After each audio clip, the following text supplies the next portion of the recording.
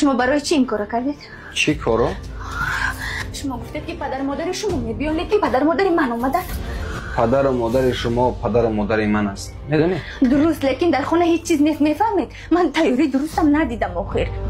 بعد داشتیگاه سلام علیکم. اینجا است؟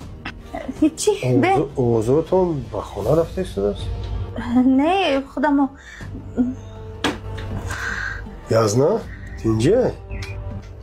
از خارت پس؟ گاب زن؟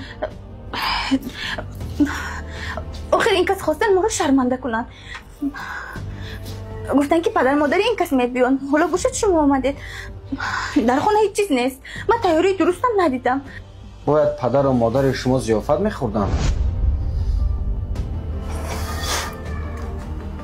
یازنا؟ تو ما رو گرسنه خیال کردی؟ رنجیدید ها؟ البته. طول 2 سال است که انا همین به احترامی خواهر شما رو پدر و مادر من تحمل میکنم. من این کار رو خودم مخصوص کردم تا که برای خواهرت درس عبرت شود. این نشانه به احترامی و به تربیتی خواهر توست و این برای شما مرگ است. خوش آمدید مهمانای عالی قدر.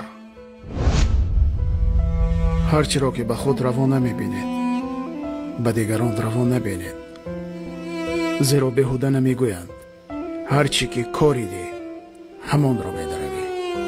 خوب پدر و مادران عزیز، پیش از آنی که دختران خود را به شوهر بدهید با آنها حرمت و احترام خسور و خوشتامن و آداب مهمانداری را بیاموزید، زیرا فرزند تربیه را از عائله میگیرد.